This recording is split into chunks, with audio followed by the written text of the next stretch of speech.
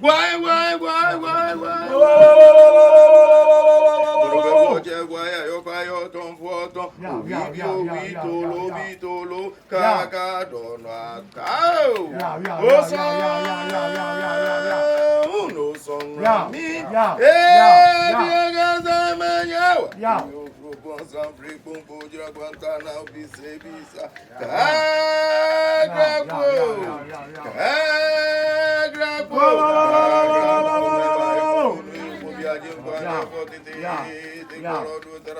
No bullshit, mo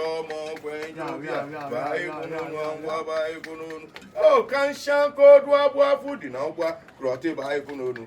She a kuba econo, Kumaga by Bentu by Kodico by Econo. Asamambia by Econo, Yaman, Akruma by Econo, Obame by Econo, Bentu by Econo, Jaja, Tabia Bakiba, Quequa in Taro, Jenya, Quo, Cataman Sobra, by Kumi by Econo, Fojo by Quahuma Saqua by. Nadu ba ekono no bonso ba ekono senkwa mi senko fi dado ke kremeshi ko branko krolon to emi sanodu ko ba nyaji ba ekono no ebenesu ba ekono no tumba ba ekono no mi chanye shui mi chanye ma mi chanyo shebra mi chanyo kanyo na gbeke bi ko mejiwo ka wona fosan ebe nfe wo be na ke ka wona tujiye fe nyoji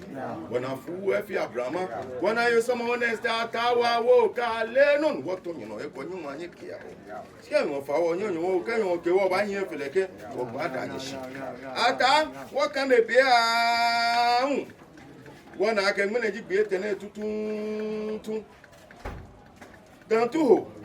ne ke ma krubi ya wo shpon eno ye chamo sakumo e ke ma krubi ya wo shpon yen pa yen pese ko le prote amiwa mi ka mi ma krubi ya wo shpon mene bo nu mo gua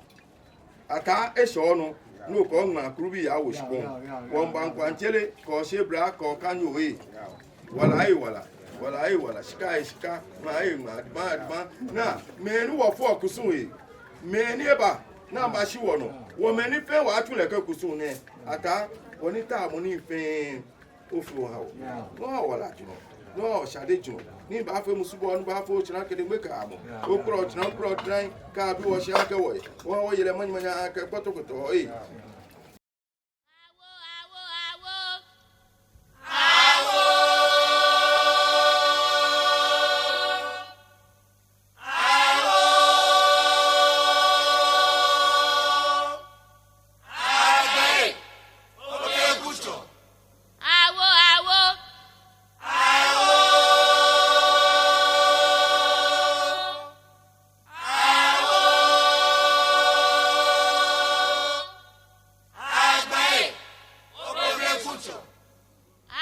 Menashime mene ashi ho nima ho nama ho gua ho guai mene yegbe no to na ble matete be no to na yosu ni amiye numo gua wulomo miji numo gbelefo eke piafoi akuchon ke shiambi ameyiko ni ameawo temegbe meniji game akemo meniji game akusun neke biami keje bebe tete ton ato ni shishi jiake keji klote mate shipompe yo sue eno de chare moho gwangma ya shipon noni nyena fefel ne me ni ameto sene keje Gua We ye osu niami ajumanko titri ye ameche ata niji gwa lasulo numo gbelenfo nchukusung fefel ni ye enese ababini menfe aguho femo mi anoyi ka gbene hu ya femo ke ya fu. For those of us who are bereft in the Ghana language, today marks a very essential milestone, a pivotal part of the cultural practices of the people of Osu, in particular those of Osu Ajumanko. From Gua We, Numo, who is the priest of the deity referred to as Gua, leads his people from Gua We onto the main road and back to signify to the uncharted eye that today, this very day, the millet of the deity Gua would go down into the earth. During this period, it is believed that the deities with their mediums and their priests communicate, and it is so for the betterment and development, both spiritual and physical, of their people. Therefore, it is required of all and sundry, indigenous and guests as well, to do their very best to remain quiet, peaceful, and decorous. On another hand, funerals are barred from the community. This is because when the deities appear, whether in flesh or in spirit, they require some sanctity and some decorum. The Ghans believe that corpses are, in quote, filthy and must not come into contact with these revered priests, their mediums, nor their altars of worship. Many nkwe wo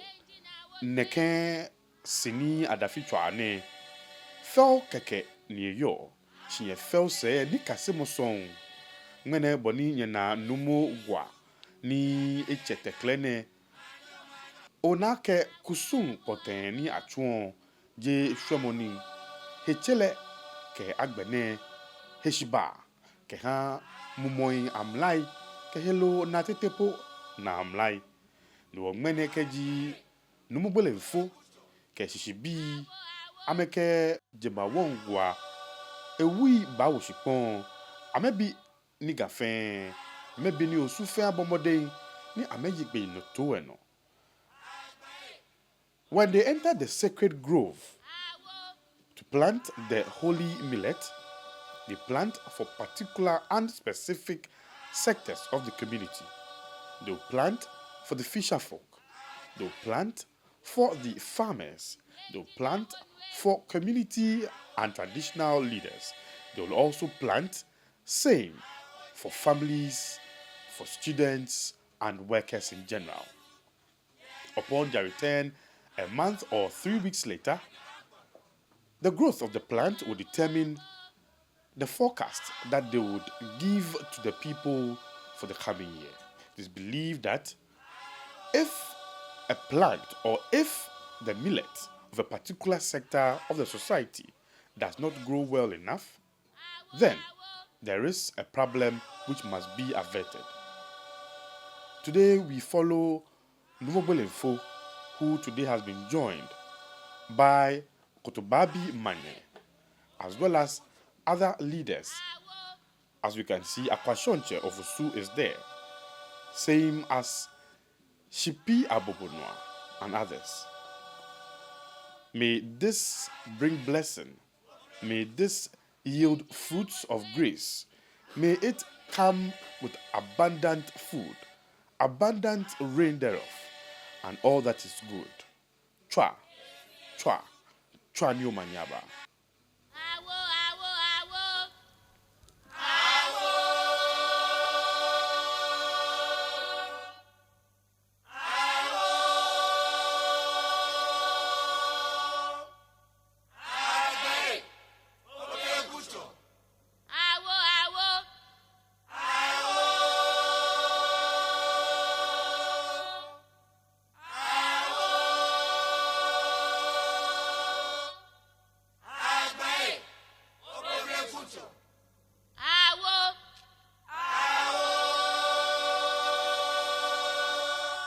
Ni Gua ke ma e wo shipon ne won pa ni bi papa ison gbe ni shin ajo ni mrakwe to won nje nsin ni wi ake ni eni ababu ni breku abakanwo ni son lo aba ni ji ska fotru e abote ganjian ni ko ihun afun keke ko ifun wo fa ifin eyi mo keke mi wo ba na mumu adwen nga ke mi ni bi scroty ni woke pe woman won ba wala ke jo mo hun ke ha man bi fin wo fi po ke dio le kan bi ami yue mo pi be be aka trade aka fe ho noko na ba trade na fe ho alo abe alo moko ni a atwa ban alo ayimi no fe dio fe mo le ke kusun ne tutun mene wa fe ko ne wo peshi bi wo kusun ni wo keba wo di menu no mi eni acho je me mene ayawaso ayiwaso je me wo yo dan me ba ni na wo dan wo ke application ko su me hu wo ka me ba ma ne e wo ka ke gua na awie mu gua eseshi jenche niji eshishi pa ntomba jenche igbatun osu e ma se ko e pupu ase yo e wo ni ndu a pupu ase bi ndu a acho ma gua man wo no ni e wo mene ni wo kashi ne gua edu e ma efia ni gua kro wa yo je me afi di o je lope mo fia mo ni dun ma ne kwa ke ru omo esadu mo le dun lele mo fia mo abu ame na abu ame toe na ke bula ame ni sa na ke bula me gbeke bi ni ba mene social media chuchu ni won yen fan wole ni social media phone na yen ne ekobe ni ba mo ni blofo ma bi man se bi ke nchono am ke nje jira papa bi ane gama bi ekome kemedi jian bi ekome no mo echo ame na ahwe ma yan na je onu pai na fito onu pai ni na le fan kaale ami bomodin kefe kan ba yu nu kwa mi afi research ni blofo ke research ami atawo shishin na mi kan le blame awolo ni anma dani kan ba yu ami yu si mo fia mo ni ke ewo fo be kaje proko ikasi o be ni ba fa ya po to pe wole ni ewo fo ojogba ewo mo fia mo ni ke le eyin egwa kita no be kase gwo ni jiwo peshi bi nsane fi oni ngwa ma bi ni yo wa jo wo fen yo wa momo wete nchwa woje ma woje nfen ni wo wa megbekete ekoi ami unka meti am ke ni bi papa aje jemena mpa hawo ni wala afi wo fen wo no wo man sane wo shian sane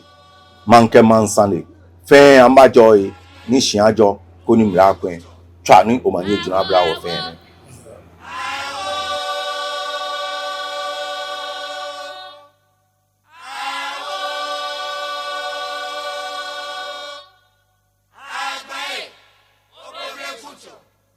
Awo